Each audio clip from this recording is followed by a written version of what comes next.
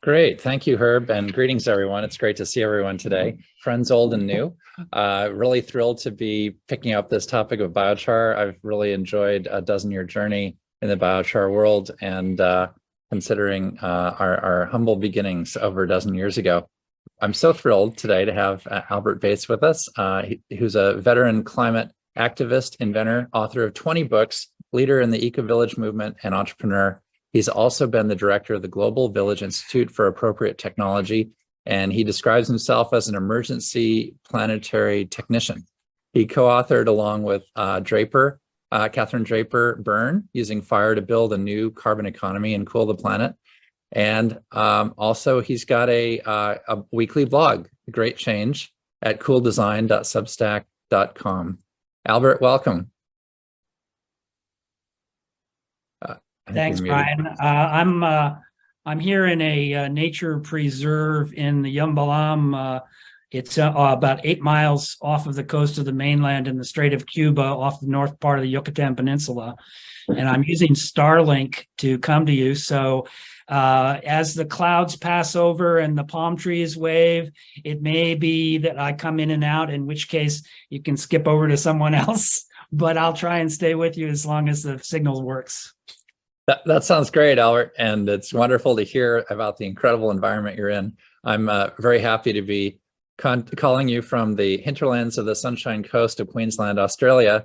We've got an amazing number of songbirds and wildlife of all kinds, and I feel as though we're in a Garden of Eden, Earth 2.0 down here, so it's really great to connect. We also have today Dr. Paul Anderson, who's a retired university professor, widely known in the biomass stoves and biochar realms as Dr. T. Ludd. That stands for top lift updraft something. He's gonna have to tell us what D is. And it's a specific type of stove technology. He holds degrees from Augustana College, University of California, Berkeley, and Australian National University. He's lived 20 adult years outside the United States, including when he was a Fulbright scholar in Brazil and Mozambique. He's been an active Rotarian for nearly 40 years, and his ability to perceive and utilize new opportunities along well-worn paths earns him the personal logo of the upright egg. Paul, welcome. Thank you.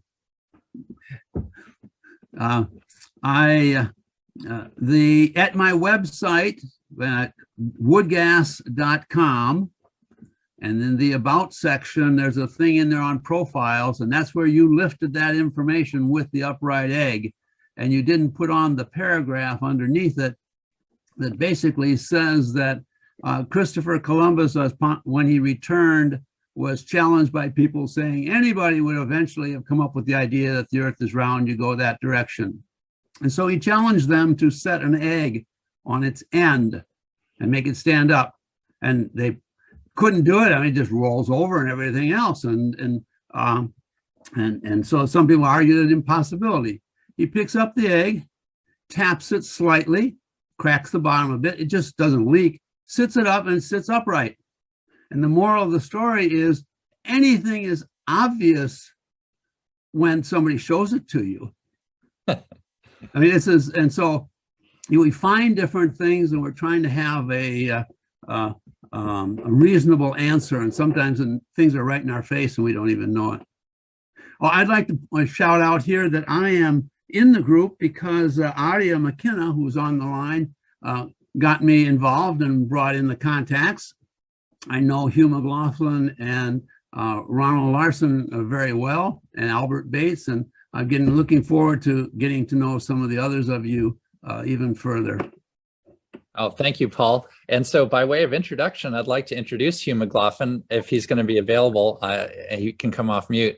Dr. Hugh McLaughlin is with us today. He's a hands-on technologist specializing in the development and implementation of chemically based technologies. He's got a BS in chemistry, master's in chemical engineering, and a PhD in chemical engineering. He's a recognized expert in biochar and activated carbon production and characterization, having served as the director of biochar research for an emerging pyrolysis venture in Canada. He's also developed innovative technologies in his personal lab and continues to have a high profile in the biochar research community, having written several publications and authored 3 chapters in the book, The Biochar Revolution. Hugh's particularly effective when augmenting existing internal resources by providing experience and perspective in the phases of growing a concept into profitable commercial enterprises. Hugh, thanks for joining us today. Why, thank you very much, although I think you might have lifted that bio off of Lee Enterprises Consulting. So I can answer the mystery question of why Ron is such a popular name. And for those of us that have been in the witness relocation program, we realize that Ron is most often utilized when trying to disguise the ethnic history of a person. So that's where these all came from. That's wonderful. That's wonderful. And it's great to have you join us today, Hugh, even if by audio, and have your expertise on this ongoing conversation.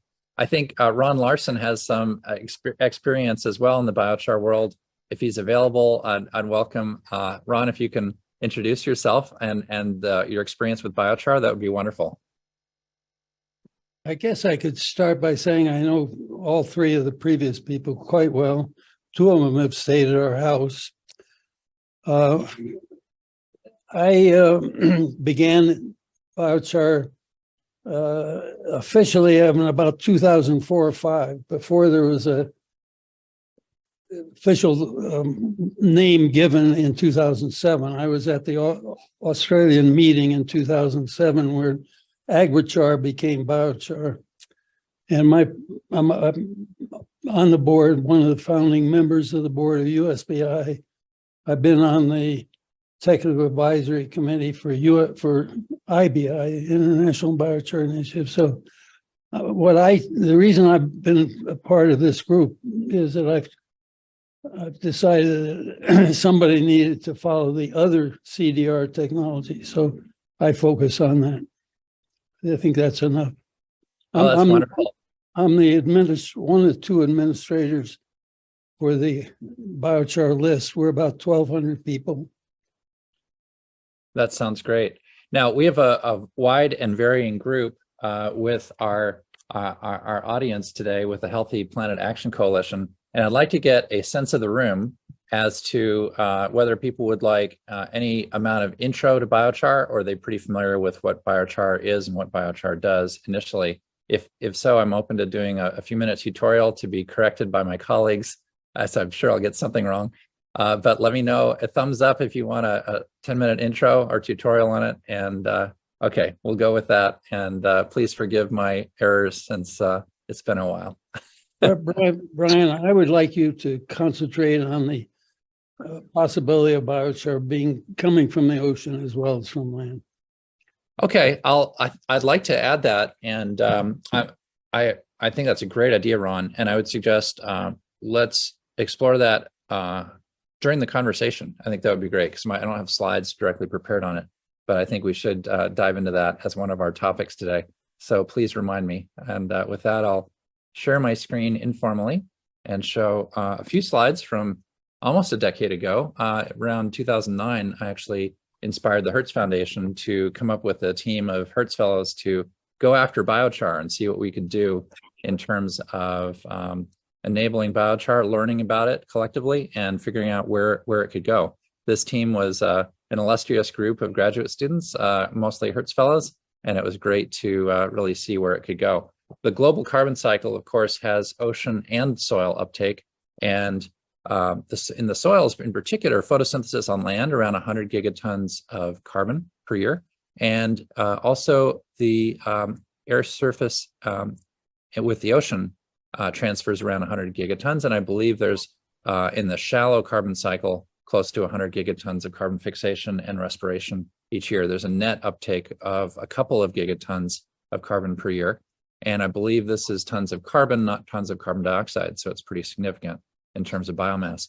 Now, normally in the fast carbon cycle in soils, things happen very quickly on land. You get a lot of photosynthesis, a lot of carbon fixation, and a lot of respiration, and they pretty much closely equal each other. What's interesting about biochar is that you can take a little fraction of the biomass that's fixed each year, convert it through pyrolysis to biochar, which is pretty much organically unavailable forms of carbon, through partial oxidation or through pyrolysis, pure pyrolysis without oxygen. And the result is that some fraction of the carbon goes out of the fast carbon cycle into what I've learned to call a slow carbon cycle. And that is biochar has a potential permanence of thousands of years. And that's an exciting loop, because if anytime we can get carbon out of the fast cycle and into the slow cycle, we're able to sequester it for a longer time. In the oceans, that means getting it into the abyssal and deep ocean. And we see that with seaweed sinking to the deep and other methods. But in the fast carbon cycle is the carbon that gets used up right in the shallow waters or even taken onto land. Now, interestingly enough, biochar was a bit of a human discovery or invention. There was an inadvertent production of biochar in soils almost 1,500 years ago. And there was this in Brazil, in the Amazon, Terra Preta do Indio was the soil, the dark earth that was found along the Amazon. And it wasn't just a naturally occurring soil. It turned out it was right where people were forming villages 1,500 years ago. And it turned out it wasn't in the fields where the biochar was produced, but it tended to be out the back of the kitchen window, where they threw char embers, and they threw fish waste, they threw everything out the back of the kitchen window. And when the weeds were probably growing better out the back of the kitchen window than they were out in the fields, that's where it might have become more intentional. So we find today these soils, Terra Preta do Indio, which involve some components of biochar, but actually it turns out there are healthy soil microbial communities involved, so that more Terra Preta is formed each year. And in fact, it's sold and mined for around $1 a kilo, which is interesting in terms of a very productive soil, and potentially can grow more based on the fact that it has such healthy soil microbial communities. So there's a variety of environments. These are some of the old archaeological sites where they actually found some of these Terra Preta soils. And you can see some of the difference here. I'm not sure this is a Terra Preta soil, but it's an old soil. And the difference between a Terra Preta soil, a very dark earth, and a conventional soil is dramatic.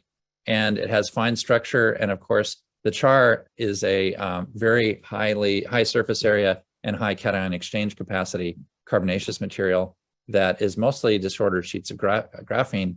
And it provides a habitat for microbes. It also provides with a high cation exchange capacity, a high capacity for potassium and phosphate. And furthermore, because it forms a residential area for microbes and an attraction for microbes, the microbes themselves end up doing a good job of rendering soluble nitrate insoluble very quickly by taking it into their cells, and then mediating and brokering those nutrients with plants to effectively have an exchange. And that exchange is nutrients going to the plants providing sugars in return, and forming recalcitrant forms of carbon in those soils. So it's a great exchange, and it's a great mechanism, and it's a great way to restore and help depleted soils. It can be used for soil enhancement to restore depleted soils. There's a renewable energy dimension, permanent carbon sequestration in the soil itself.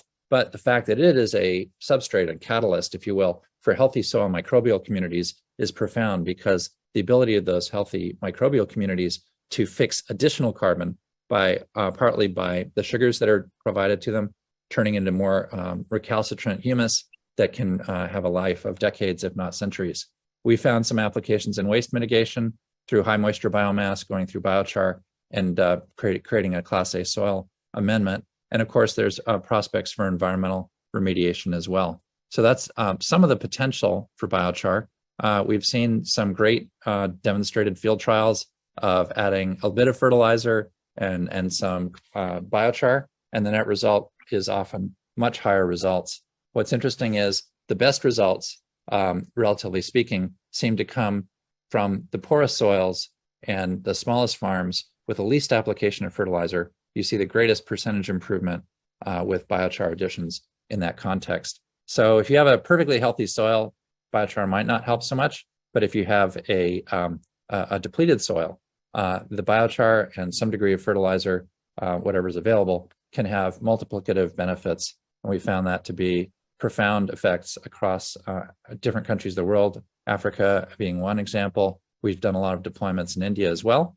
Now, diving into the molecular chemistry, I like to say that carbohydrates are CH2O, and that's pretty close. In fact, cellulose, lignin tend to have 1 carbon atom, 1.4 hydrogen atoms, and 0.6 oxygen atoms. And if you heat it up in a pure heating process, then you can have H2 and CO. That's kind of a syngas combination that comes off the platform, and then 0.4 C. And that C ends up being disordered sheets of graphene. Here's a single platelet of graphene, depending on the temperature that you run this at. And you've got a range of temperatures, say from 300 Celsius up to 800 and higher. You can get different kinds of biochar results. And these disordered sheets of graphene have these dangling bonds at the end, which are great for cation exchange capacity. And then the cation exchange capacity attracts the microbes. And we think at least the work that I've done with Johannes Lehmann indicate that the microbes do a great job of rendering soluble nitrate insoluble, which is a huge result when it comes to the efficiency of uptake of fertilizer. So this is some of the pictographs of different temperatures, maybe from 400 C to, does that say 2500 C? You go from very disordered graphene, which has a lot more surface area, by the way, to more and more ordered graphene, which has less surface area, actually. And so you end up doing better, maybe in the few hundred degree range. And that ends up having some very nice trade-offs and benefits. I'll skip over some of the slides here, but there are different ways of producing biochar. And I hope that some of our illustrious experts today will describe some of their approaches. We've tried some different methods, including a very small pressure cooker. That was a lot of fun. We did up in Berkeley. We built a slightly larger system later, and then we built a container-sized system after that did a lot of drying and took high moisture biomass and converted it over to biochar. I had a lot of fun back in the day because we came up with this notion of a charvester. And the idea of the charvester is that it would go behind the harvester and use the residual crop stubble and perhaps convert that into char and get it back into the soil. That's an early idea, and it'd be interesting to see how far that can go. And we came up with the recuperation approach of taking some of the heat of this reforming, or in our case, reforming, but pyrolysis might be endothermic, but the reforming process could be exothermic. And the result is that we could actually use some of that heat to actually dry off the incoming moisture stream from 70 or 80% moisture down to 30% moisture, where it could actually go into our biochar chamber and actually produce some good results. So that's most of the story there. I'd love to turn it over to for additional comments to our illustrious expert group and open up the conversation. So and then we'll take some questions for the audience. Feel free to add those to the chat. So with that, any initial comments from our team of experts on how to refine an overview, let's say, of biochar and what it is and what it can do? Albert, go first. Okay, well, no real critiques there on your nice history. I think the time horizon now, we know from archaeology, is a little longer than a few thousand years. I think in the Amazon basin goes out to more than 4,000 years. In the world as a whole, it's more than 8,000 years of evidence of man-made biochars used for soil purposes. And if you go back, in terms of what is the duration of recalcitrant carbon, you can find evidence of wildfires that are 100 million years old. So we have the biochar forming in those intense temperatures from pyrolysis and enduring in the environment for a very long period. I think Hugh McLaughlin's probably the expert on this molecular structure and how that changes in the process of pyrolysis. So I'm not going to get into that too far, but it does confer a very long duration, which is very important for a variety of reasons. And it is not any longer the kind of carbon that gets taken up by plants in their roots to make plant tissue and stems and leaves and so forth. It now becomes more of a mineral form in the soil, as Brian indicated, kind of a habitat. It's often referred to as a coral reef in the soil because it's providing structure, and that structure allows for the passage of air. It allows for the storage of water and the slow time release of water. And of course, it's a habitat for microbes, which is a key factor in building carbon and also in soil nutrition. The one point would probably add is as we're looking to scale, and we want to go from what's currently the scale for biochar making in the world. Right now in the United States, there are orders for 1 million tons. So we've gone up that far over the last 5 years from hundreds of thousands of tons being produced to millions of tons. And now we want to go from megaton to gigaton. How do we get a gigaton of carbon dioxide removal? How do we get 10 gigatons? And how do we get more? And limiting factors are things like feedstocks. But I feel the limiting factors are not in the actual application or the product availability for some of these things. I'm going to try and try to share my screen and see if it works. Let me just see here. I'm not sure it's going to. Yeah, I may have problems with this. It's unlocking. Wants my password. Try and do that. See if that works. Okay, the app says quit and reopen. I'm not going to quit and reopen. So let's just say that from 2005 to 2015, biochar revolutionized agriculture and nutrition.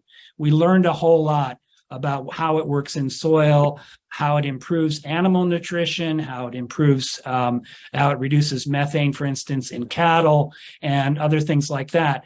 I'm sorry to interrupt. If you'd like to send me your slides, I could share them, or I mean, you should be able to. But I'm, yeah. If I'll try to do that. Want to do that? I don't want to break right now and do that, but I'll send that one as soon as I can. From 2015 or thereabouts onwards, what we're seeing now is biochar revolutionizing everything else.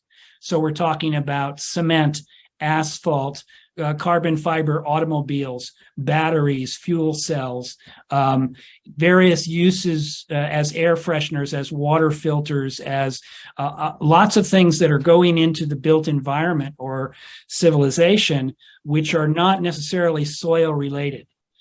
It may actually end up as a soil repository as a road degrades or as a building degrades, but in the meantime, it's stored in the built environment or used in the products that we use, including plastics and so forth. All of that can have biochar components. So you're taking photosynthetic origin carbon, which comes originally from the atmosphere or from the ocean, and now you're putting it into a long duration life cycle in the human built environment or in commerce. And that actually now has probably many times the potential in terms of drawdown that merely using it as a soil amendment would have.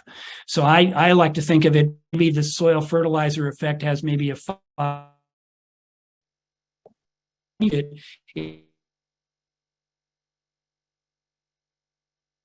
concrete adding is. We lost you for a few minutes there, Albert. Yeah, that's a problem I have. That's all right.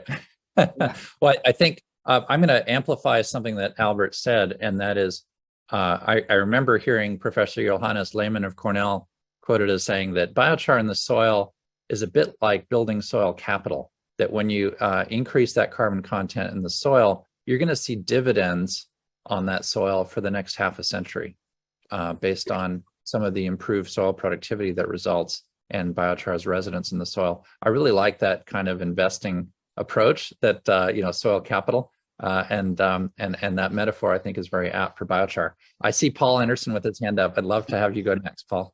Okay, a few general comments. First of all, in the world of biochar, we have everybody from working with microbes and things like that, plant growth and all that.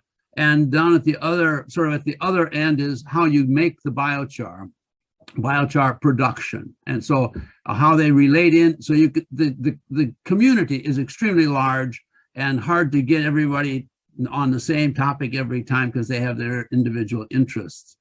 The point I want to make about biochar, first of all, the definition of pyrolysis, it's not in the absence of oxygen, but it's a reduction of oxygen. There's not enough oxygen to it to get the burning to be happening.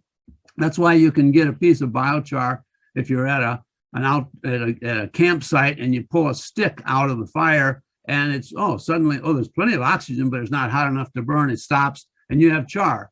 And that happened back in the caveman days, and probably biochar or carbon, charcoal, was the first product that they made, and they drew pictures on the walls with it. So it's really been around a long time, and you don't have to be very sophisticated to be able to say you made biochar.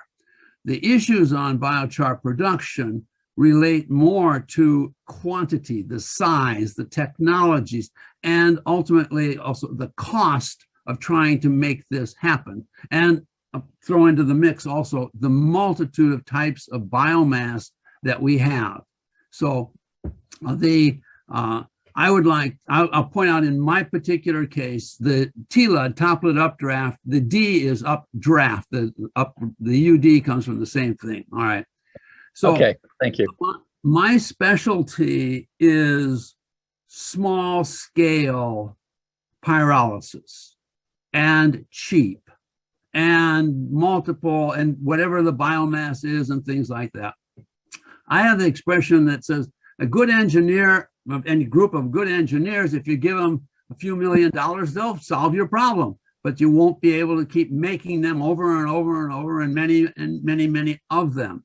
So as Albert pointed out, there are millions of tons of biochar being made. Some of them are it's the carbon that's in the residue of incomplete combustion where they're doing wood for making electricity. And by golly, because of the sheer volume of it, even a small percentage of the output, a lot of it is ash, but a little bit of char in there adds up greatly because it is so much.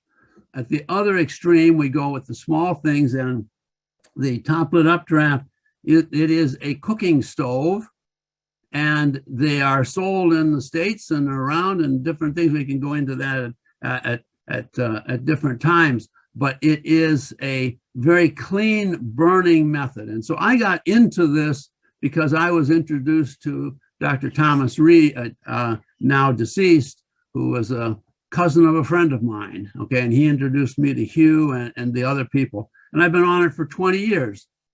I wish I had found something that could do it better, because then I could have stopped. But not finding something better, I have kept going and still working on it. I'm happy to say that TLUD is now in the accepted terminology of what are cook stoves around the world. That only took a decade or so to make that happen. I have my latest work is with regard to it's a rotatable covered cavity. The initials are ROCC, R-O-C-C. The ROCC kiln, this is like barrel size, but we can scale it up bigger, trying to make char in small quantities. I mentioned my website already, woodgas.com. You can find the places on it, but I'm looking for places and how this can work. So my approach is very practical, very much we're going to make the char and in small amounts and things. A lot of my work is international, overseas. The project in Kenya, I'm working on something coming up in Venezuela. So to conclude my little spiel on this here, I'm looking at how to, there's talk about how do you get 1,000 tons of carbon dioxide removal, CDR, and they're like getting prizes for it, or how to make this happen. I mean, and biochar is one way to accomplish this thing. We're in competition with direct air capture and stuff like that. We need all the systems that we can. So I'm trying to work up through that, and maybe I'll be talking with some more of you specifically about that as we go along. Thank you. Wonderful, thank you, Paul. And I'd like to, in a moment, ask Ron Larson to weigh in on any comments here, and also after that, perhaps invite James Gaspard to introduce himself from Biochar Now, who I think is also in the audience. Ron Larson, would you like to comment on what's been discussed so far? Yes, Theo, I do want to come back to ocean biochar because you're an expert on that. And Sure. Tom Garreau has done a lot and is a regular member of this group. The only word that I think is very important I haven't heard is fungi. There are both microbe aspects to biochar and fungi, and different species of plants prefer one or the other. I think we should go back to Albert, though, to hear the rest of his talk. Okay, maybe there's something. I finished. I didn't have any more than that, Ron. I covered what I wanted to cover in the basics. Right. Ron, is there more you'd like to add on fungi? And I think I was using soil microbial communities as a shorthand for fungi. Of course, there are a lot of macro fungi as well, but please continue. No, I'm going to pass because I happen to know James Gaspard pretty well, and he's one of the people who are up at the megaton of biochar. So more than 3 megatons of carbon dioxide. I didn't know that James was going to be on here. It has the largest biochar production in Colorado. James? That's great. Yeah, let's see if James can come off mute. Oh, there he is. Yeah, I'm sorry I dialed in late. You're just wanting a nickel version of what we do? Sure. Yeah, definitely. Would love to hear, just introduce yourself, and would love to learn more about Biochar now and your work in Colorado and how that's all connected. So thanks for joining us today. Yeah, no, we've been at it for 12 years now. We took a different path. We do a high temperature paralysis, but we keep it in temperature for over 10 hours in a vacuum. So we end up with a carbon that has different properties, and we chase a lot of industrial uses. So that's where we're at. We spent way more than I ever wanted to. I think we're over 30-40 million into this deal now, but it's what it took to get here. We're setting up sites around the world. We've got significant backlog of sales. We've executed over 1 million carbon credits with various companies. We try to stay behind the log and not let people know what we're up to, because we're just doing things a little bit differently. But rising water lifts all ships, right? So we literally got over $2 billion in sales pipeline, but it's all industrial. It's, we don't chase the ag. I mean, now we don't turn, Albert's even got Hattie, we've been working with Native Americans, and God, anybody working with Native Americans, you have to have patience, but it took us years, and we got our first joint venture with the Comanche Nation. Now we've got about 30-40 other tribes we're doing joint ventures with. But that's where we're at. We took a little different path, make a little different carbon. All carbons have a market. It's just we went a different route because we sell our carbon anywhere from $2,000 to $6,000 a ton. So we're more competing against activated carbons than what everybody else is up to. But that's just a quick nut. We're putting sites currently in Virginia, North Carolina, Texas, Thailand, and we're going to be setting up about 30 other sites here very soon. That's really exciting, James, and it's great to hear that you're finding these higher values for carbon. I do remember prices of a few $100s a ton for simple biochars, and so being able to find those higher values is really key. And it's exciting to hear about the scale that you've been able to achieve with that approach. And activated carbons, I think, are a great potential market. So it's really exciting to hear about your work. Yeah, no, and like I say, we don't view ourselves as a competitor to everybody. Everybody's got their own little niche, but and we were able to. Let's see. We were awarded. We were in a global impact challenge a couple of weeks ago, and we were top 10 out of over 500 technologies, and then we were awarded the People's Choice Award out of the top 10. And since then, thanks God, finally I can start closing fundings. We're looking at several $100 million worth of fundings we're closing in the next week or two because of the result of that. So that's what's fueling the expansion. But it's been 12 years. I mean, all of you guys and gals have gotten a hell of a lot older in the last 12 years, and I even lost all the hair. But, you know, a lot of us have been here for the long run.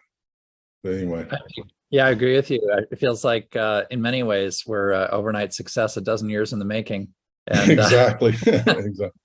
Let me just add that James is only using beetle kill. I think that's very important. He's not making much use of the pyrolysis gases, but his technology can. Good. Yeah. That's exciting. Yeah, we stick to what we know. We don't try to get out of our lane. If you get out of your lane, you just piss away more millions of dollars and it doesn't work. That makes sense. And I think one of the notable achievements in the biochar community is getting one or more methodologies passed for biochar. I am not too familiar with those, but is there anyone in our group that would like to talk a little bit about some of the validated methodologies for biochar and carbon reduction? I'll jump in and say that the X Prize, which you also won $1 of the $1 million, a fellow and Professor Robert Brown at Iowa State also won one of them, and his emphasis is on using corn stalks and emphasizing fuels. He's not emphasizing the char part of it. Interesting. Well, that's great, and it's good to hear about that promising avenue. I think there are 15 different milestone prize winners, and it's great to hear the variety and hear that biochar is figuring centrally in those, as well as some of our work on marine permaculture. So that's intriguing. I'll add that another of the biochar winners of the Musk Prize is a French company operating primarily in Cameroon, and the country of Cameroon for COP27 endorsed biochar. That's wonderful. That's great to hear about. And I think it's really enormous. Now, there's been some controversy over the years about biochar's permanence in the soils. And I thought, first off, that would be pretty crazy. I think the nature of the criticism is that if it's a very fine char, that it could get washed out of the soil and into rivers and down into the ocean. But I'd be interested in people's thoughts on the permanence of biochar in soils and how we can ensure it and maximize it, if anyone has any perspective on this. Hugh McLaughlin will pipe in and note that the process you just described, Brian, is called erosion. That's where something leaves where you put it and goes to somewhere else because for whatever reason it got washed away. Now that char actually is not disappearing. It is not reverting to CO2. It is not going back to the sky.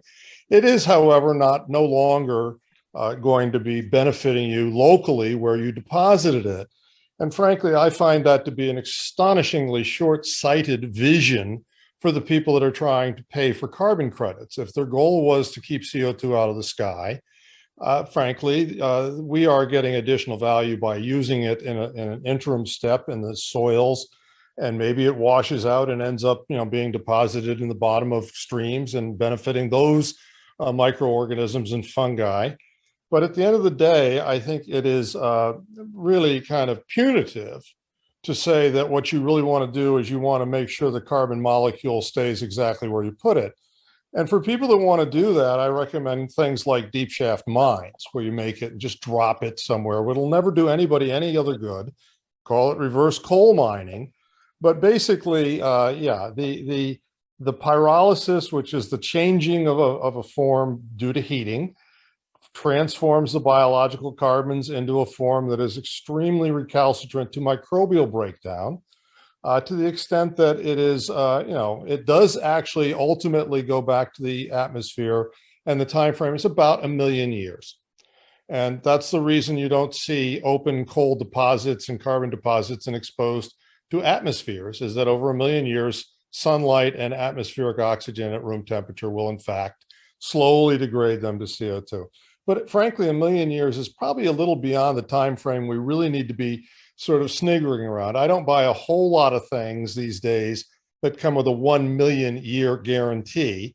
And I know of almost none that have had to pay off on that kind of a promise. So I think we have to put permanence and carbon credits and a few other things. We need to look very closely at whether they are purchasing a genuine climate benefit, whether they are purchasing, well, let's call it environmental absolution for their own carbon emissions, or whether they're purchasing greenwashing for the corporate image that they want to portray. Well put, Hugh. Thank you so much for those comments. And Rebecca has her hand up. Yes, hello. This is actually William, and no, it's okay. It's my wife's computer. But so we are a small business here in Colorado, and we purchased a couple kilns from Kelpie Wilson, and we are just charring. I got a small business that hauls approximately 4,000 tons of waste a year to the dump, and about 1,000 tons of that is biomass, whether it's tree cutting, trimmings, corn stalks from the fields. It's all a variety of the biomass. And I've applied for a grant. I've tried everything I could do to get, the biochar. Can you hear me? Yes. Oh, sorry.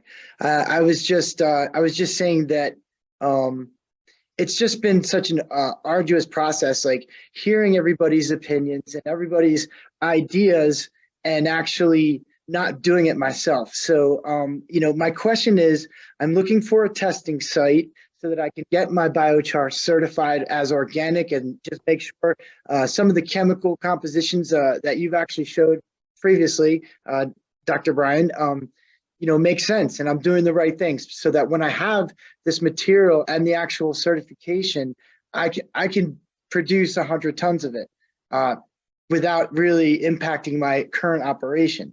And, obviously that's the goal, is 100 tons probably could put me on the map, or at least help, do my part as a small business owner.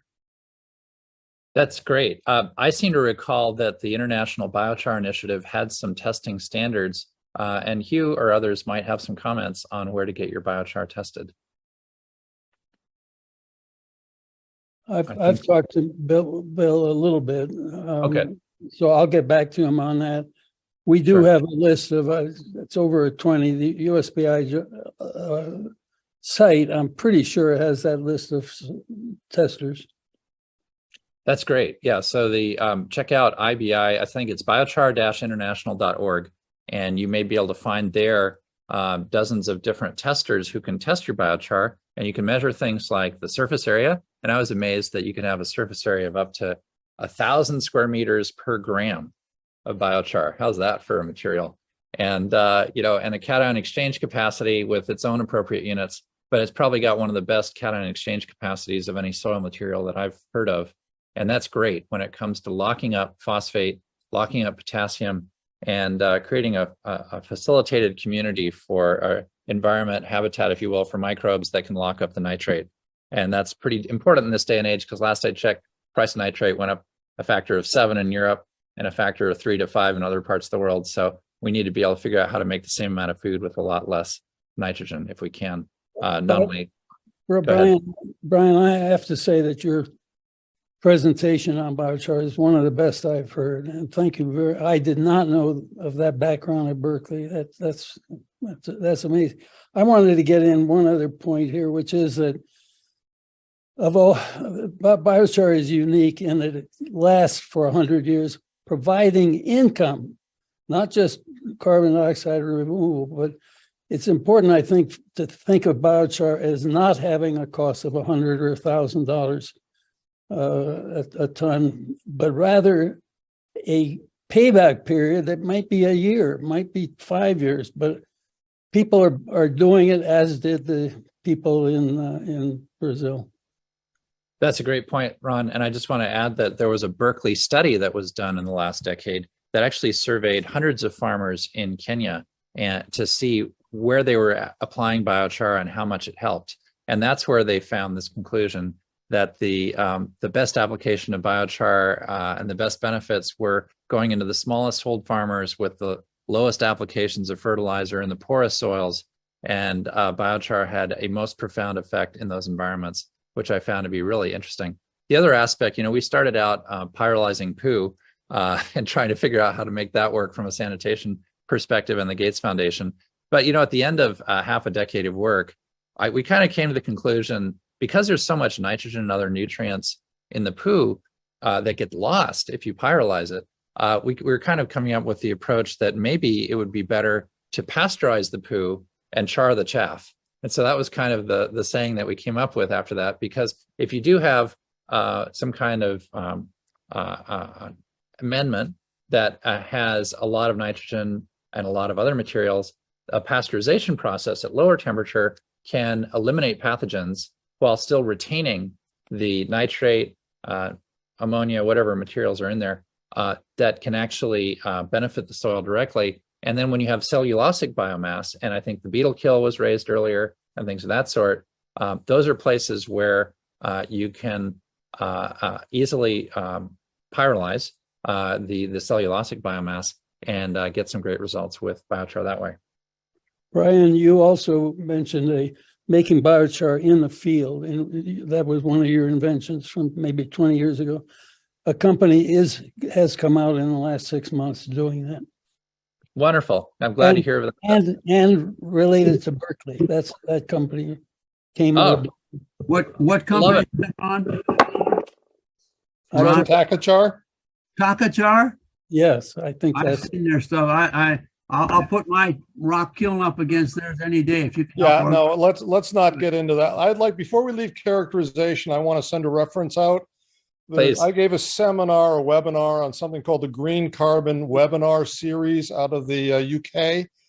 And I guess it was last year. You can go back into the historic videos, and there's one on characterizing biochars and determining quality and value. So I put it out there. So that's a better way of revisiting this issue, as opposed to sending people, and we compare IBI and EBI and EBC and some other options on that. But it's for people that want to take their char and figure out if it's good or bad. That's the place to start. It's only 45 minutes of misery listening to me.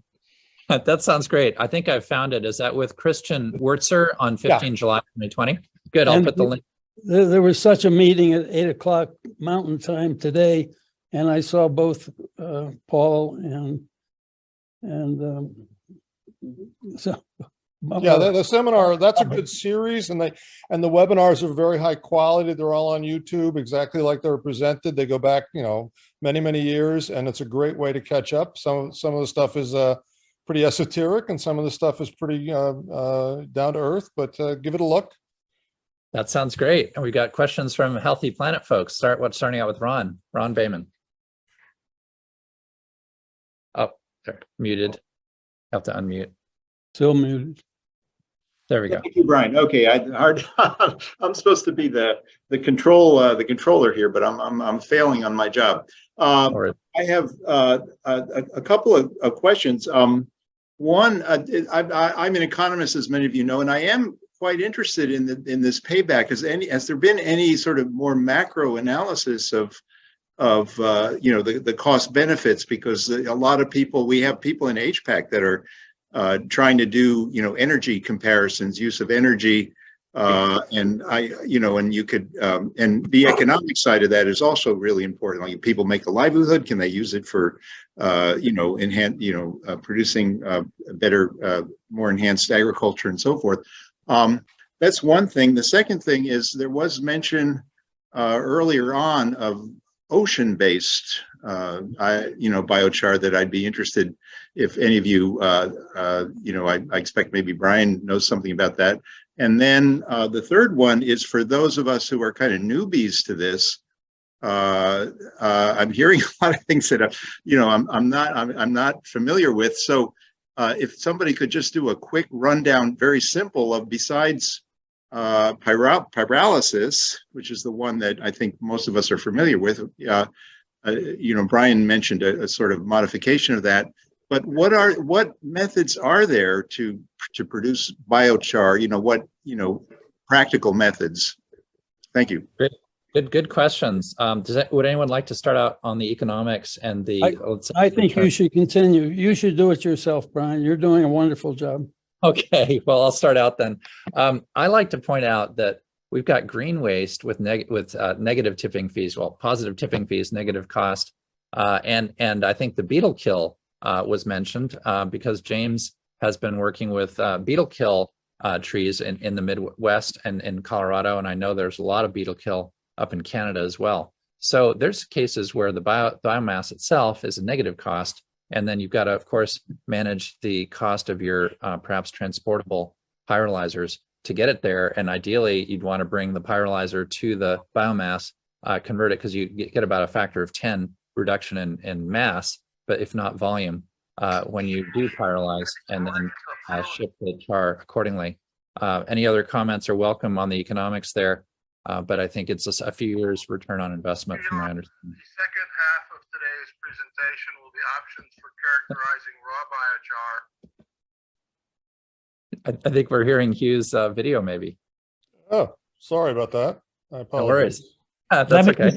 Let me jump in, Brian, and say we're doing a demo experiment this coming year, at the farm in Tennessee of laying down a 1 mile of 2-lane within our eco-village community that is going to be 100% biochar replacing the asphalt.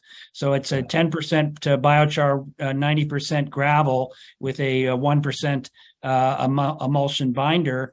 And that will actually be about 40 to 60% of the cost of normal highway surfacing.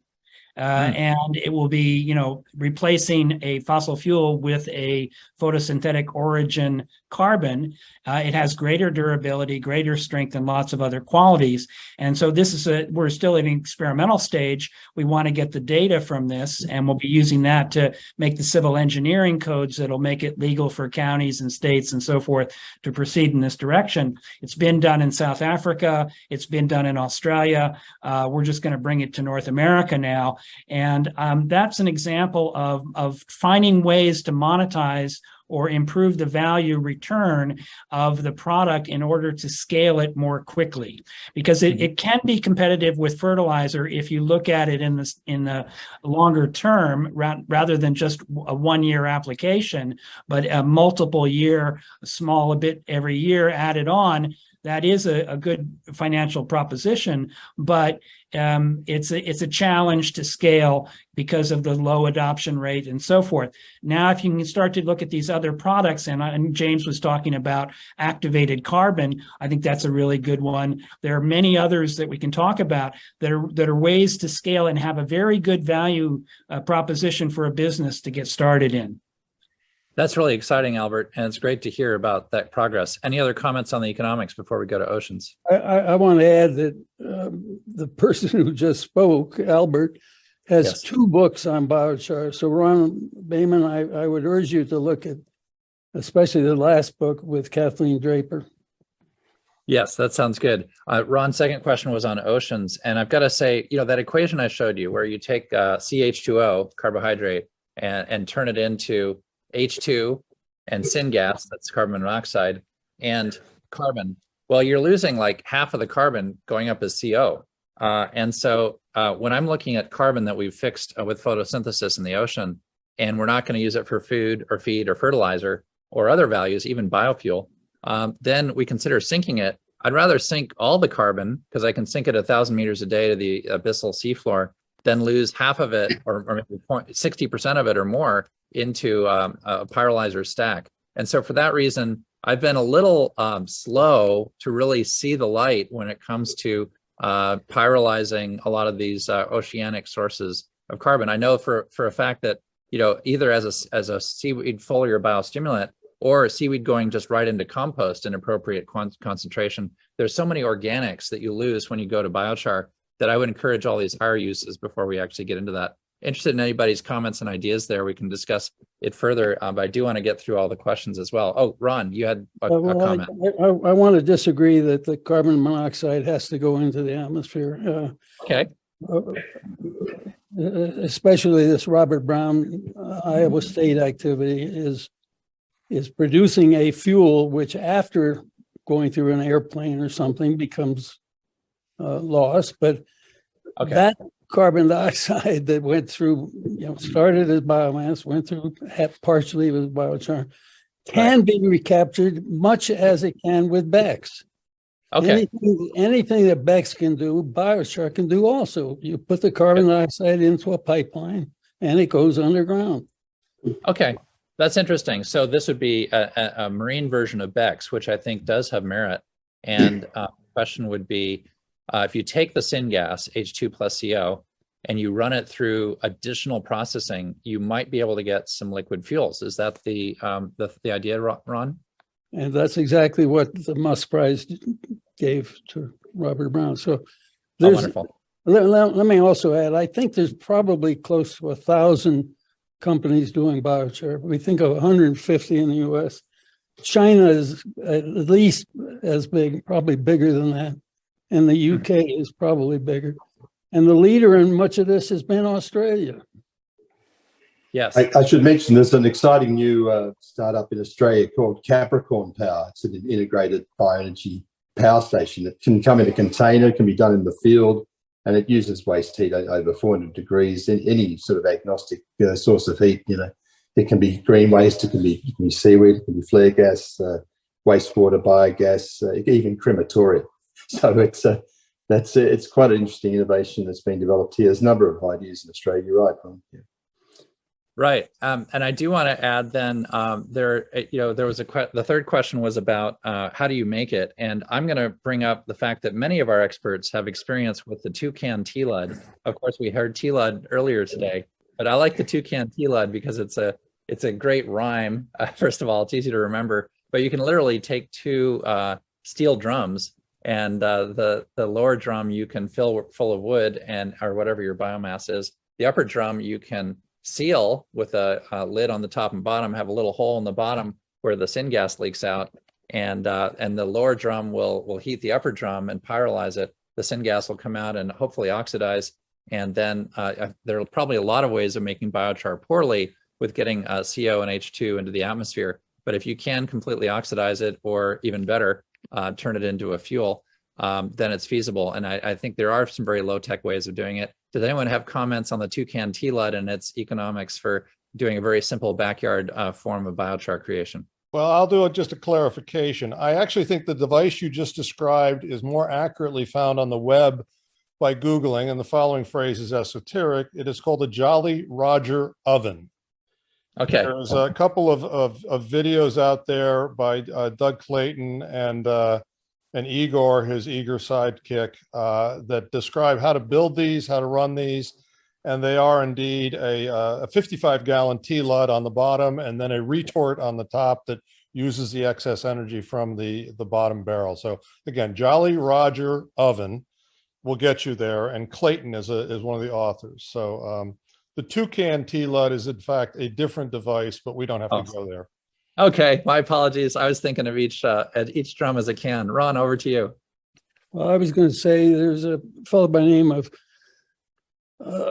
his company name is Sun24, Kevin McLaughlin, and he's producing char both in the field. You can, instead of burning the biochar, burning any kind of crop race, you can turn it into char roughly at the same 25% efficiency.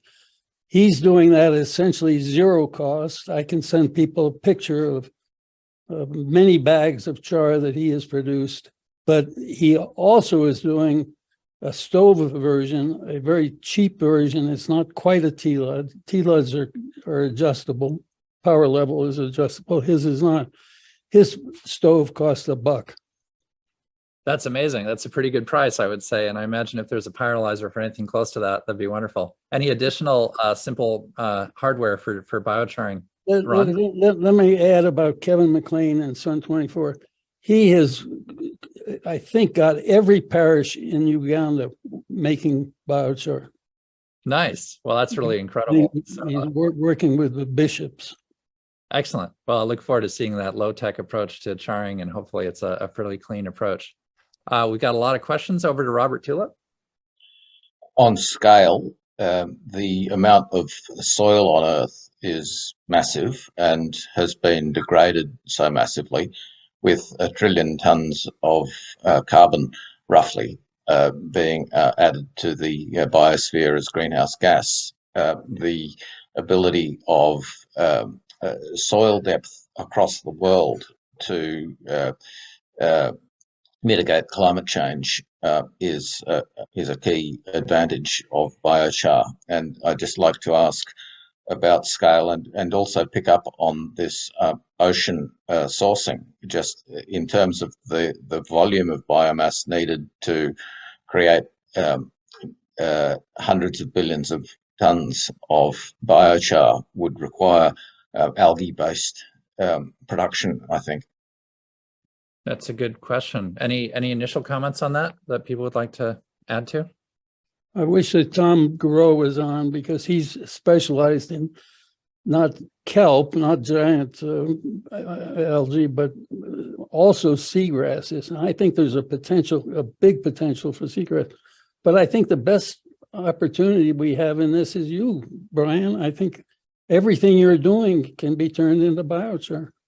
Well, that's a really good point. And now that I'm thinking about it, there is a pathway that might make sense here. And that is, once we get through our food security, food, feed, and fertilizer kind of applications, there are higher volume markets in the biofuel space. If we take a high moisture biomass like kelp, and we've got 100 million square kilometers of mostly empty ocean just in the Pacific that's accessible with restoring natural upwelling and with the substrate that's needed to make these kelp forests, we can in fact have these at-sea biorefineries that can actually process the biomass through hydrothermal liquefaction into biocrude, and there's what I'm going to call hydrochar coming out of that biocrude.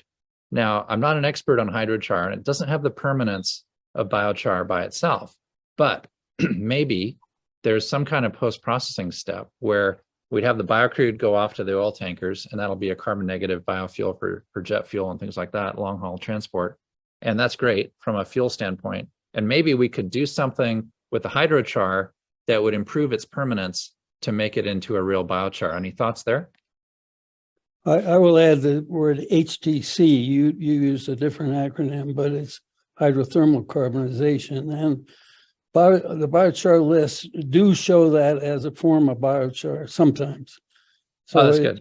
I totally agree with you. It's one of the people who invented that, Marchetti, felt that about half of the carbon dioxide removal in the future would be through HTC, half through biochar.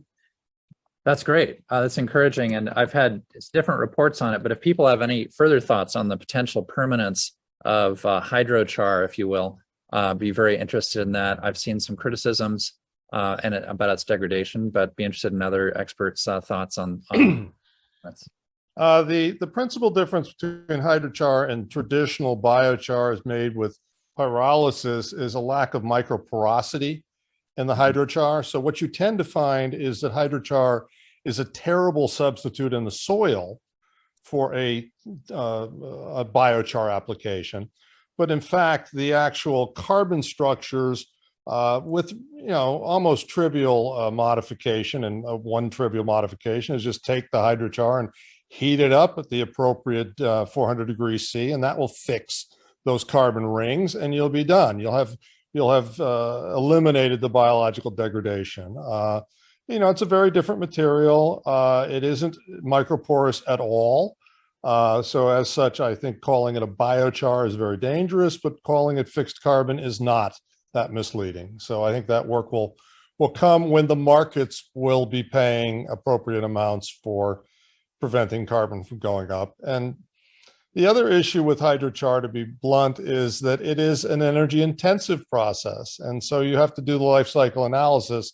And at the end of the day, you may end up making a $20 suit for $30 and making it up on volume.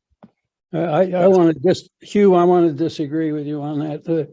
The waste product in HCC is hot water at about 250, 300 degrees C.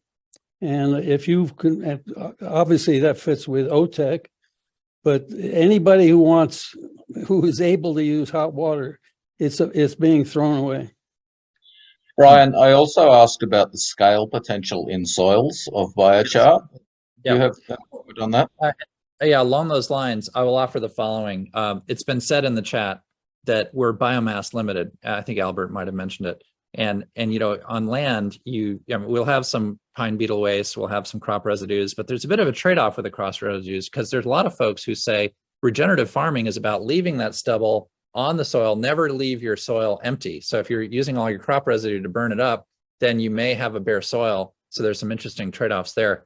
What is intriguing to me, we've traditionally in the marine world, if we're going to sink carbon, we need to limit ourselves. I mean, somewhere in the range of 1 to a dozen gigatons per year. You start running into sustainability questions about the oxygen flux into the deep ocean, because that carbon in many forms, if not biochar form, is going to get eaten and respired at depth, and it's going to use up some oxygen. And the flows of oxygen into the deep ocean can be characterized by the Southern Ocean current at around enough oxygen to support 5 gigatons per year of carbon oxidation. The Labrador current coming down from the North Atlantic deep water, is where it can contribute around 5 gigatons of oxygenation per year as well.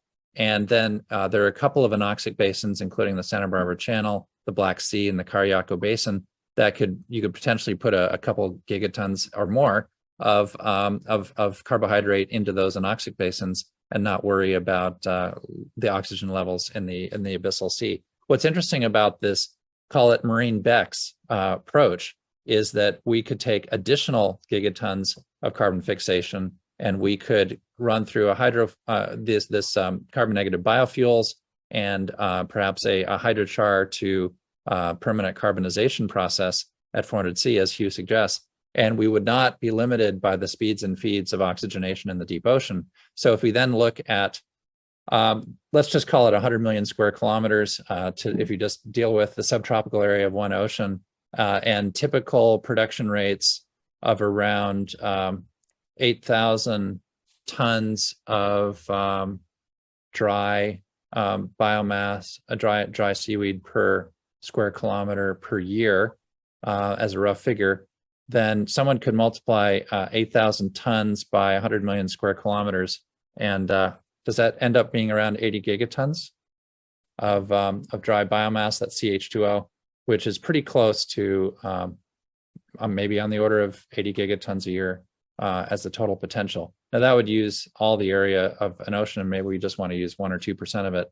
But certainly gigatons is feasible, and it'd be interesting to consider if that path would work. Any other additional comments would be welcome. Can I jump in? I was also wanting to respond to Herb's question about the figure that we used in Burn, which was 50 gigatons carbon dioxide removal per year potential for biochar, and that's in one table on page 234, but the table on page 233 just before it is the additions to the feedstocks that you could make for biochar, which is significantly below that, which is to say feedstocks are the limiting factor.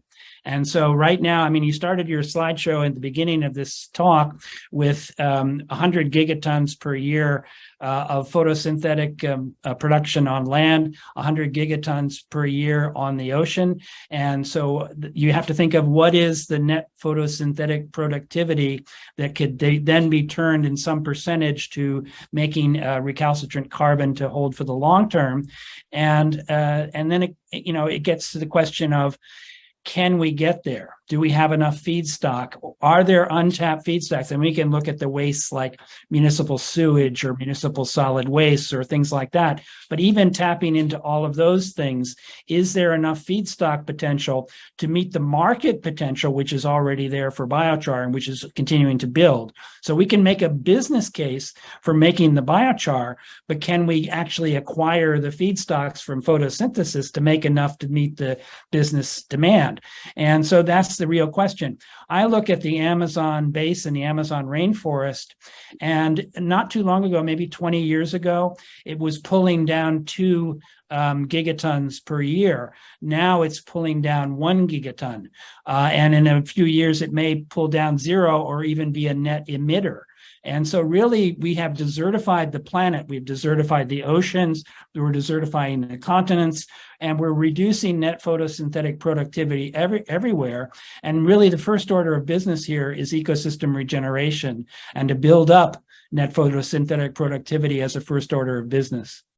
I agree. And I'll just quote Paul Revere again here: once if by land, twice if by sea. We need both to make it happen. So, over to Robert, Chris. Hi, thanks. But just one detail. This is not my specialist subject, but it's, excuse me. But as I recall, the net primary production, which is the this figure of 100 gigatons a year that you have referred to a couple of times, that is the total for the land and the ocean, of which, and it is about half on the land and half on the ocean, 50 in each. And the 100 gigatons that you refer to in the ocean is the transfer between the ocean and the atmosphere that is going around. So it's not 200 gigatons. I think that's probably accurate. Not 200 gigatons in total. It's 100 gigatons in total only. So that was the first detail. The second thing is that before this meeting started, we were talking about the last chapter of my PhD, which I circulated to some of you a while ago. Curiously, the appendix to my PhD was all about biochar. Yeah. And I seem to recall that I shared it at the time with Ronald, but he may or may not remember that. But the issue that I'm very focused on with regard to biochar, I think it's a wonderful idea. It's a great cottage industry. It has all sorts of environmental benefits, but I really struggle to see that it has any significant potential in terms of as a carbon dioxide removal mechanism to have climatically significant engagement with the climate. And the reason for this really goes back to the points that you've touched on. This the question of feedstock and also the question of production. So the things we have to remember here is that biomass is quite variable. It's mostly about 50% carbon. And the biochar, itself is very viable, very variable, and it can be between 50 and 90% carbon. So don't imagine that just because you've got a chunk of biochar, that is all carbon. So when you scale this down, you will find that in order to deliver, I mean, I did this whole exercise 10 years ago in terms of petagrams of carbon rather than carbon dioxide. So that's where my numbers are. But there's a multiple of the order of, well, it's actually between 2 and 12 times the ratio of wood to carbon that you're removing. So in the worst case scenario, you would have to get 12.5 tons of wood to sequester and produce 1 ton of carbon. Okay? That's more than 1 ton of charcoal, but it's 1 ton of charcoal, 1 ton of carbon. And at the best case scenario, you might be able to do it with a 2-to-1 ratio, depending upon a whole range of factors to do with the raw materials, to do with the processing, and so on and so forth. And one of the consequences of all of this is that the sheer logistics, excuse me, my voice is cracking up here. The sheer logistics of trying to gather that quantity of biomass and bring it to production facilities, process it, and then distribute it to wherever it's going to be incorporated in soils is just an enormous exercise. And also, because, and this may have changed in the 10 years since I looked at this, at that time, a typical biochar production facility had a capacity of about 50 tons a year, sorry, 50,000 tons a year, 50,000 tons a year. Well, at 50,000 tons a year, you're going to need a lot of production plants to get to a gigaton of carbon. So what you will find is that a lot of the carbon, a lot of the biochar that you produce will be distributed within a relatively small geographic area of the production facility. And within a few years, all of the land within that area is going to become saturated with biochar. And that has got lots of agricultural implications. It also has significant albedo implications, depending upon how it's incorporated into the soil. So I am really enthusiastic about biochar. And I think, that if you're an entrepreneur and you want to set up a small business, you've got a farming activity, you're involved in the soil, it's great. But it just seems to me to have no chance whatsoever of ever being able to make a significant climatic contribution to in response to climate change. Yeah, those are good points, Robert. And I think in our experience with Africa and India, it was the the Jolly Roger, the toucan tea lead, the smaller elements there that can work in a distributed way for crop wastes on a small scale. Ron Larson, you've got some comments. Well, I agree with much of what Robert just said, of course, but I wanted to emphasize that a couple of people who I really trust have talked of numbers bigger than 5 gigatons. Johannes Lehmann has gone down to 1, but he has an earlier paper at 5 to 9 or 10. And Tim Lenton has talked very positively of numbers like 5 and 10. And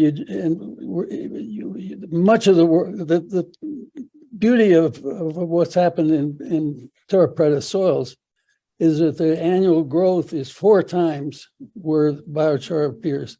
Yeah, sure. I have absolutely no qualms at all about biochar in terms of its environmental benefits.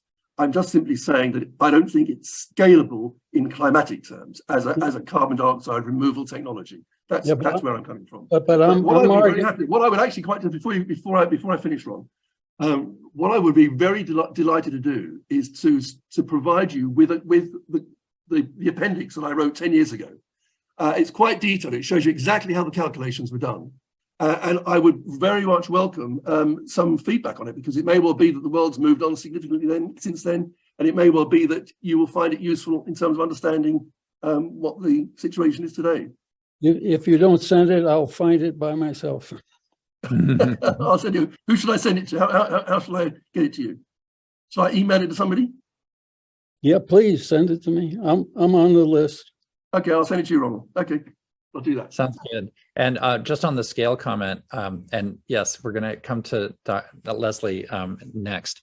I think this notion where we're looking at marine BECCS, and we've got a potential offtake of biocrude to super tankers, and the creation of carbon negative biofuel is an interesting long-term prospect. And I wonder if we're making some hydrochar along the way, that's going to be at scale as well. We've actually interacted and discussed with people that work on the Shell Prelude, which is the largest ship in the sea at 1,500 feet long, and is producing LNG right now. But as an example of an at-sea biorefinery, it's interesting at scale. It's potentially something that, today it's actually supplying LNG tankers. In the future, with biocrude, we could be supplying biocrude, and maybe we could do something with a hydrochar as well at scale. Back to Ron Larson.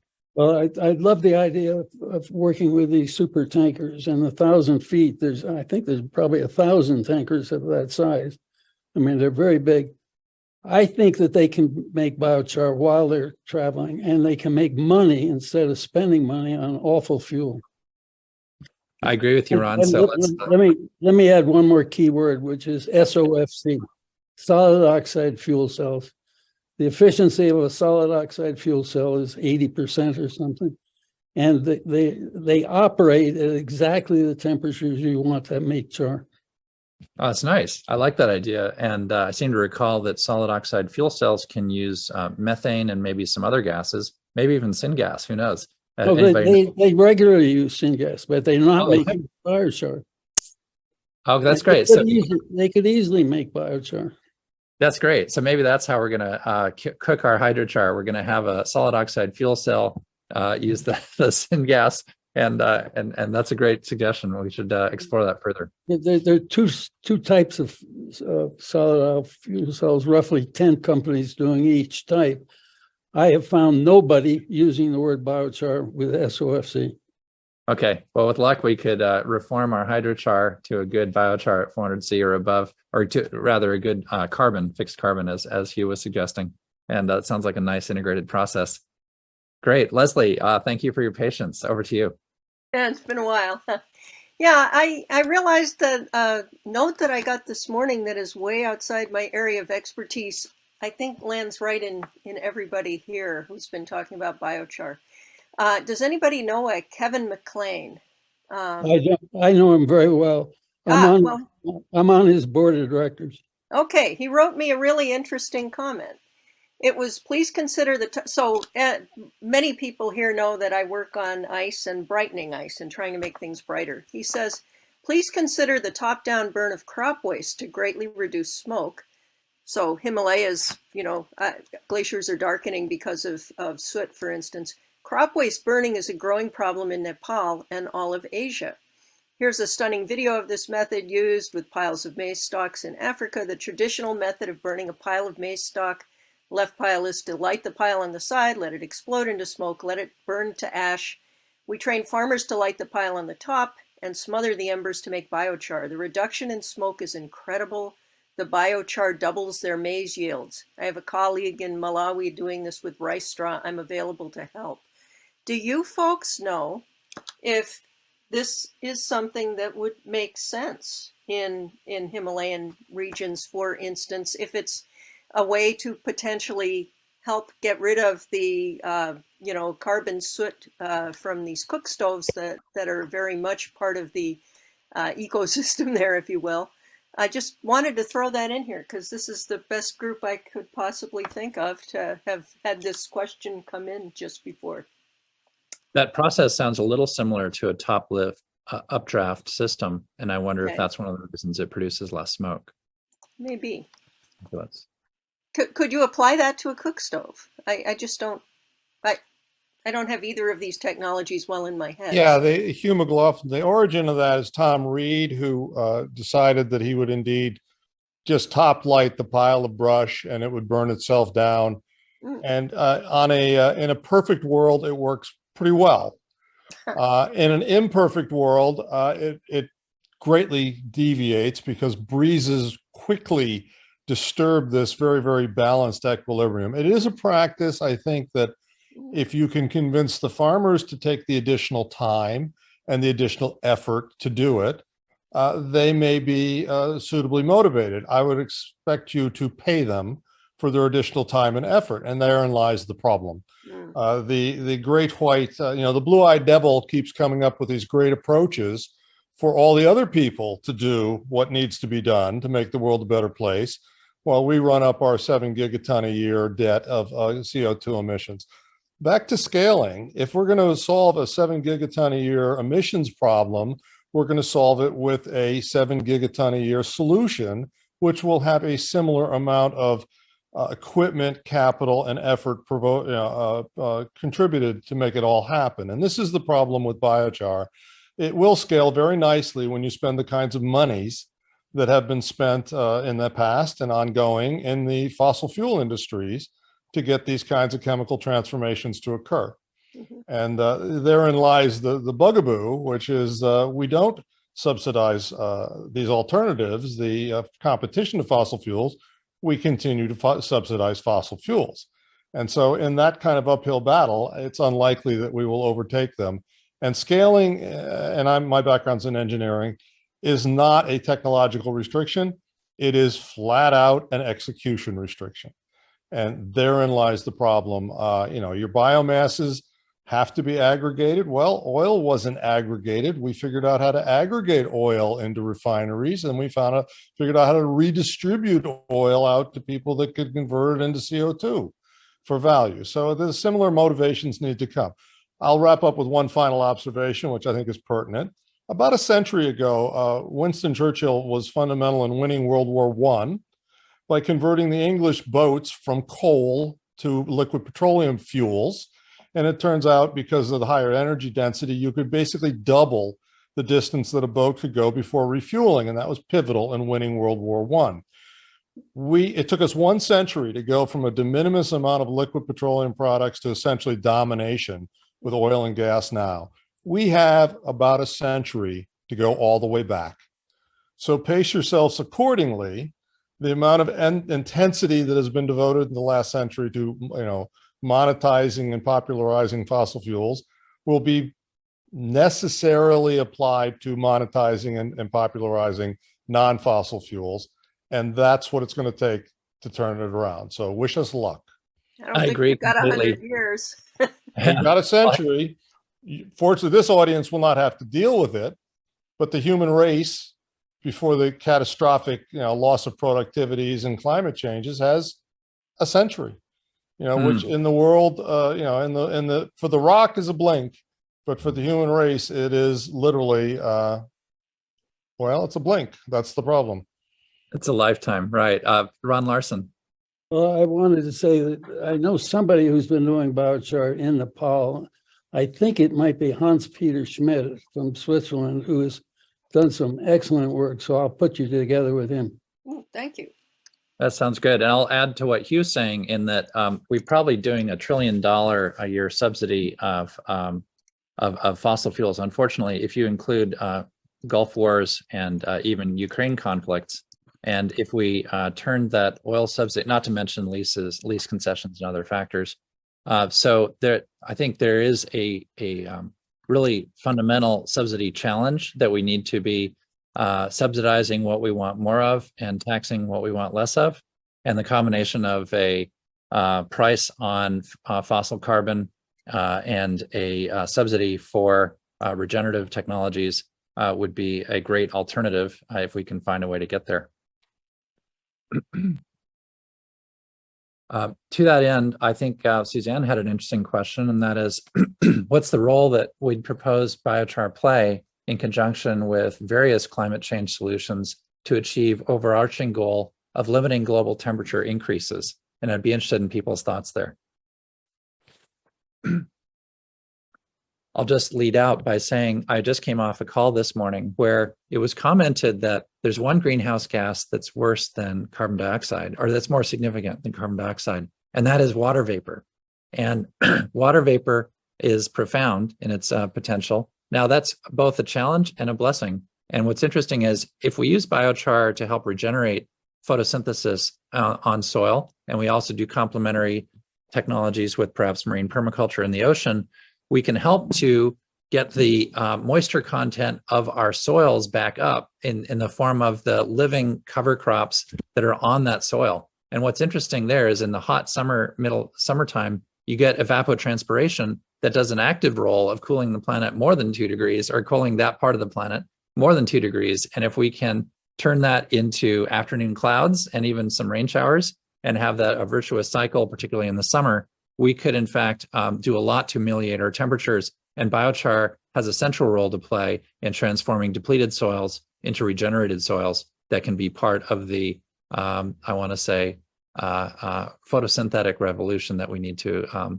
get back and regenerate a healthy climate on land and in the sea with ensuring that our ecosystems can continue photosynthesis. Other comments, welcome.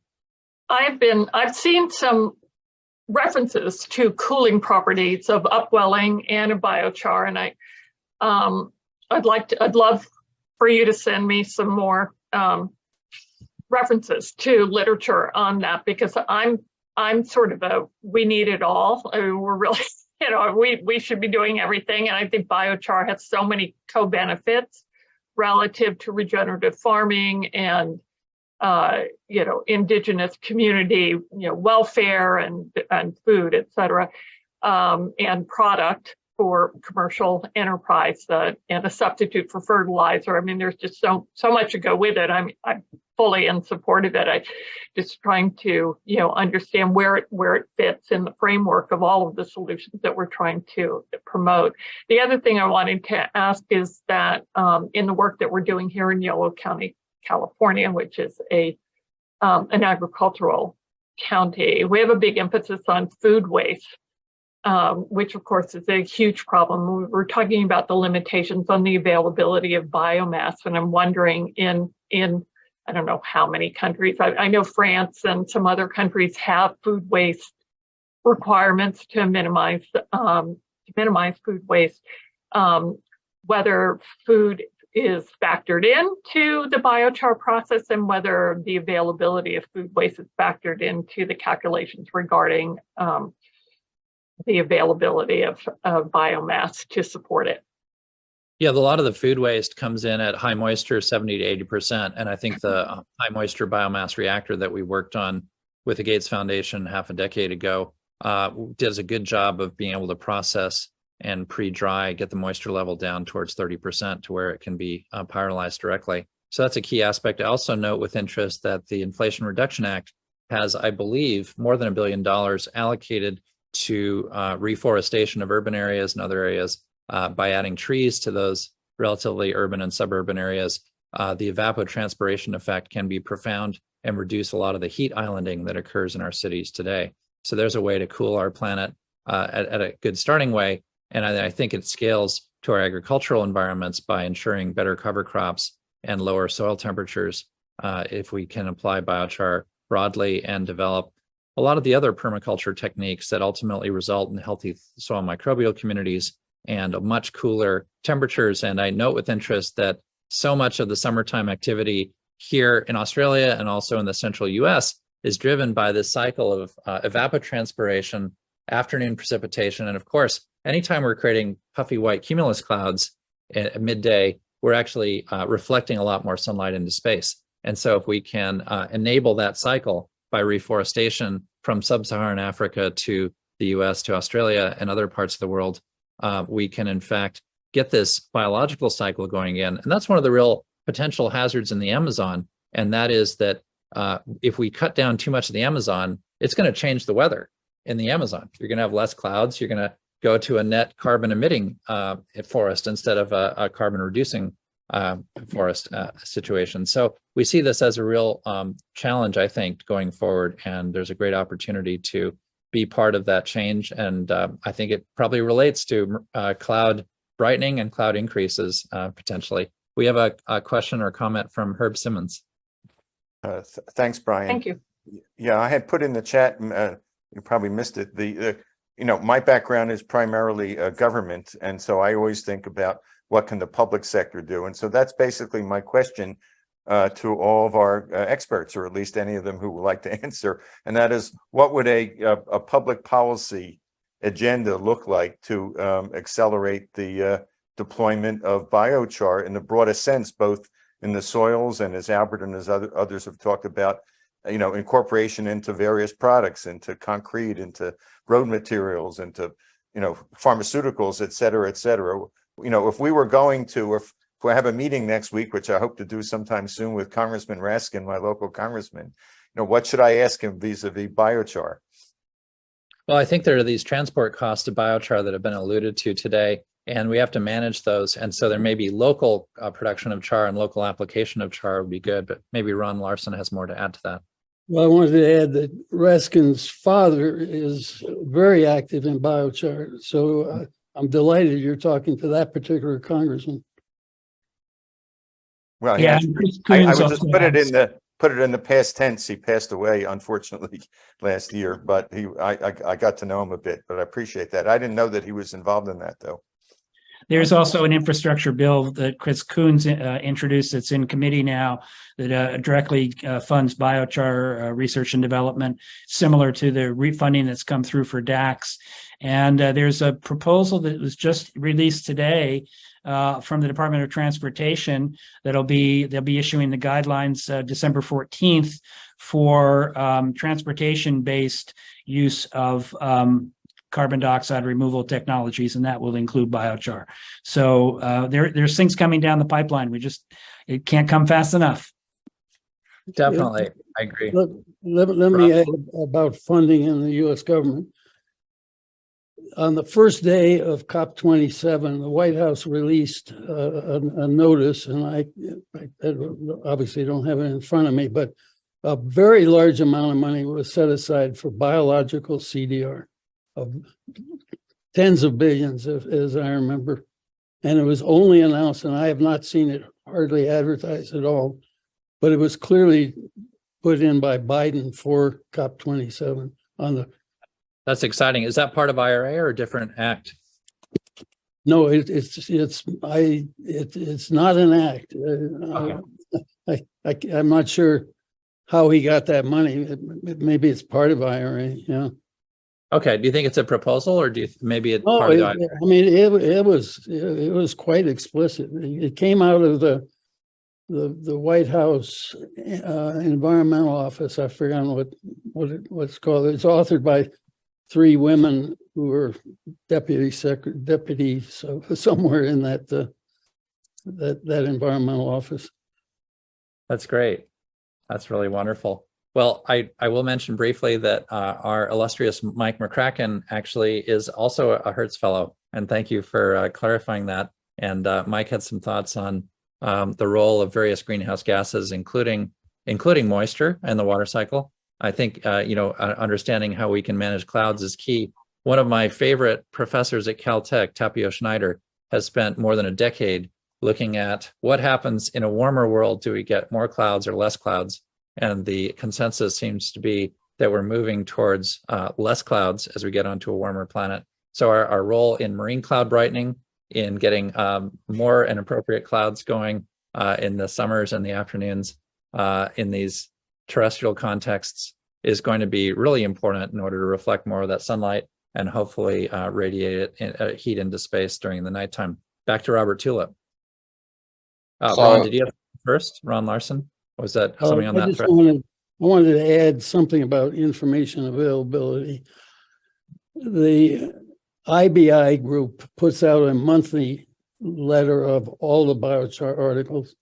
It's now, the last one for November had 350 articles. That's more than 10 per day. Nobody can keep up with this. And so if you want to follow it in detail, join IBI for $75. That sounds great. I've been a fan of that. Go ahead. On Herb's question about public policy that municipal and city authorities can apply, here in Canberra, we have green waste bins, and that green waste goes to mulch. And I'm wondering, would it be better for governments that are collecting curbside green waste to convert that into biochar than into mulch? That's a good question. I think they're appropriate. Mulch is handy for covering the soil. It's also helpful as a cellulosic ingredient and another type of ingredient into compost. So I think there's a balance that should be struck. When you have excess cellulosic biomass, then that's when charring can be particularly helpful. Ron Larson, you have some thoughts on this? Well, I wanted to mention something about Australia. I believe there are several now biochar industry groups. There is not one in the US. The one in Australia is 3 or 4 years old, and I get a newsletter from them. I guess I'm a member, I'm not sure, but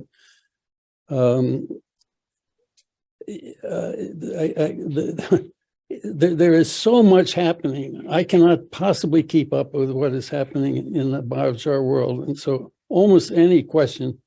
But I do want to emphasize that Australia is one of the leaders, is clearly way ahead because they do have an industry group. They have a person who's paid by biochar companies to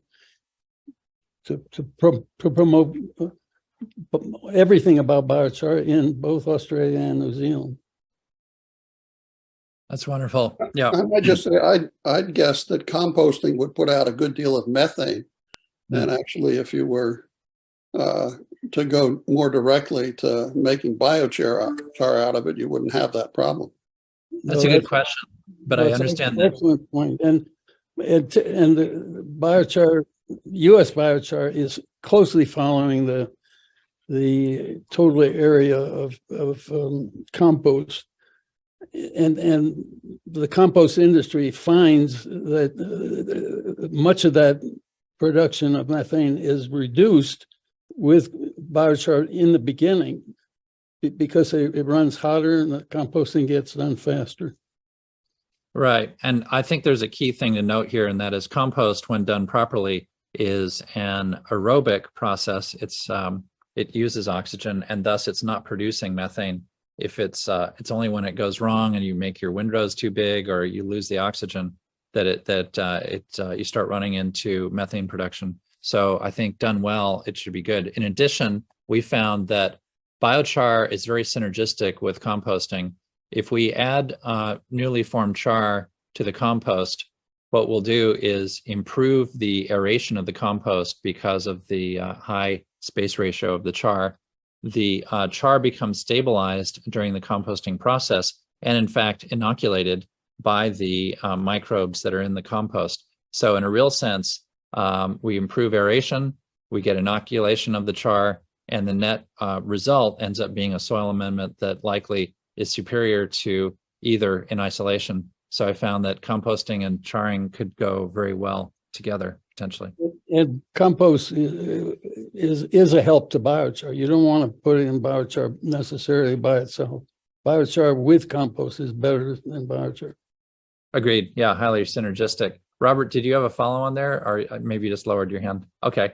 Well, that's really wonderful, and I think this has been an incredibly lively conversation. I will at the bottom of the hour have to switch over, but happy to hear any closing comments on our wonderful session here. It's been great brainstorming with all of you, and I don't think I've ever had such an illustrious panel of experts all come together to discuss this. So I want to say a big hand to all of the biochar experts here in the room, and happy to hear any closing comments. My closing comment is thanks to you.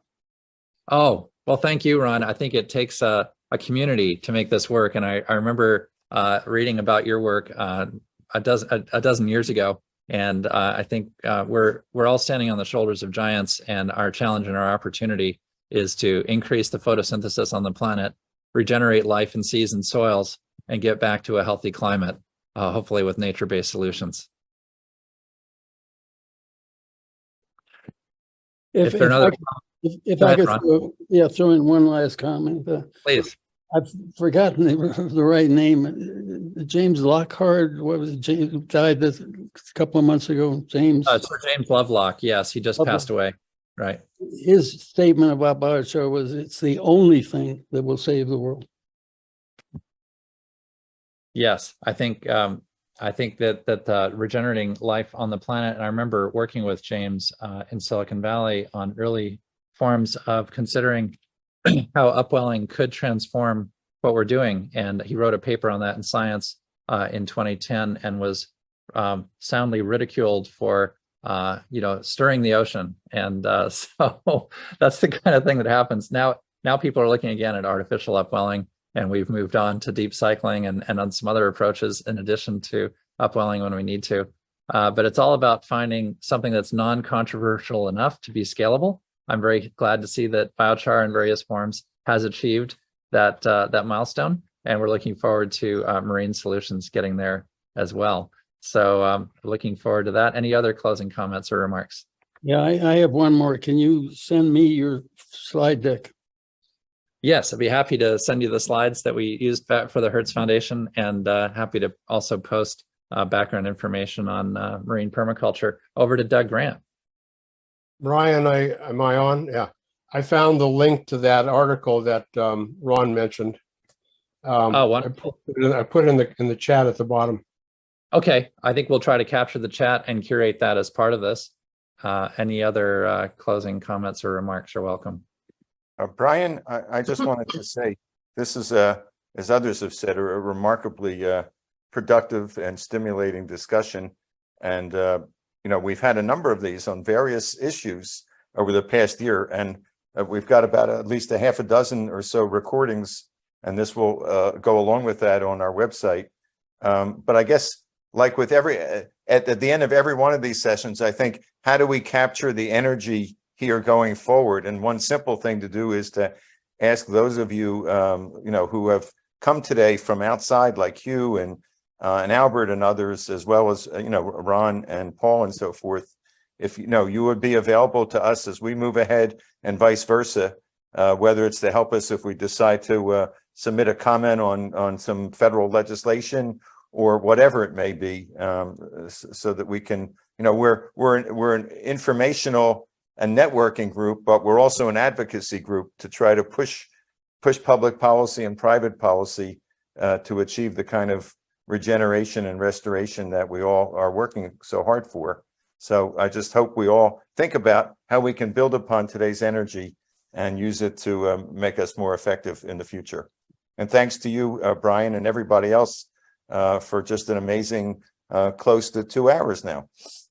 Now, Brian, I do want to make one further comment on Ron's mention of James Lovelock and the Gaia hypothesis around homeostasis. It seems to me that soil is such a protective layer for our planet, and if we had a layer of soil 5 meters deep, just how much protection that would give to the homeostasis of the biosphere. Yes, I think that is key. And whether it's a cover crop that's protecting the soil from high temperatures with elements like evapotranspiration, and evaporation, I should say, for some of the corn stubble, and then topsoil layers that will protect lower layers. There's a huge and thriving and amazingly genetically diverse microbiome in the soils, and that's really key. Ron Larson? Well, I was going to add that the typical number that you hear is 10 tons, international tons per hectare.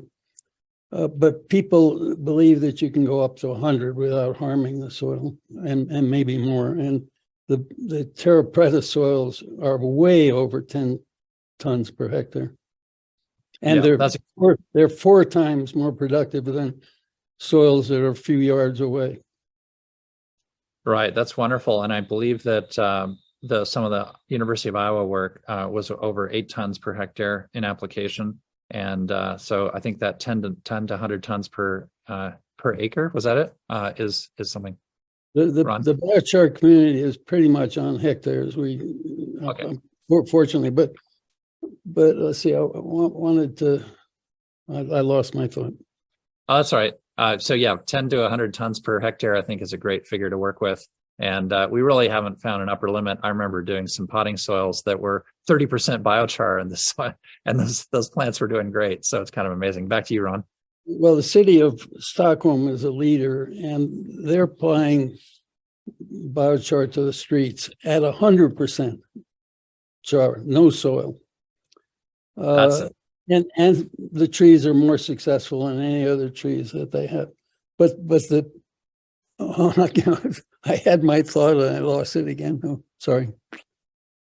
No, I was getting at whether, like broadacre cereal soils, if you added 10 tons of carbon per hectare, that it's absolutely vast, the amount of carbon that you could, and it would improve the yields of those crops. Yeah, I finally remember my thought here. You don't have to spread biochar all over the full hectare. You can do it in rows, and you can put it fairly cheaply deep underground. You don't have to put it on top. And many people, especially in Africa, people I'm working with, like Kevin McLean, are doing it a handful of char per 2 seeds, and roughly a meter apart or something. So you don't have to put all of it on. You got to get it near the roots. That makes sense. Yes, I agree completely.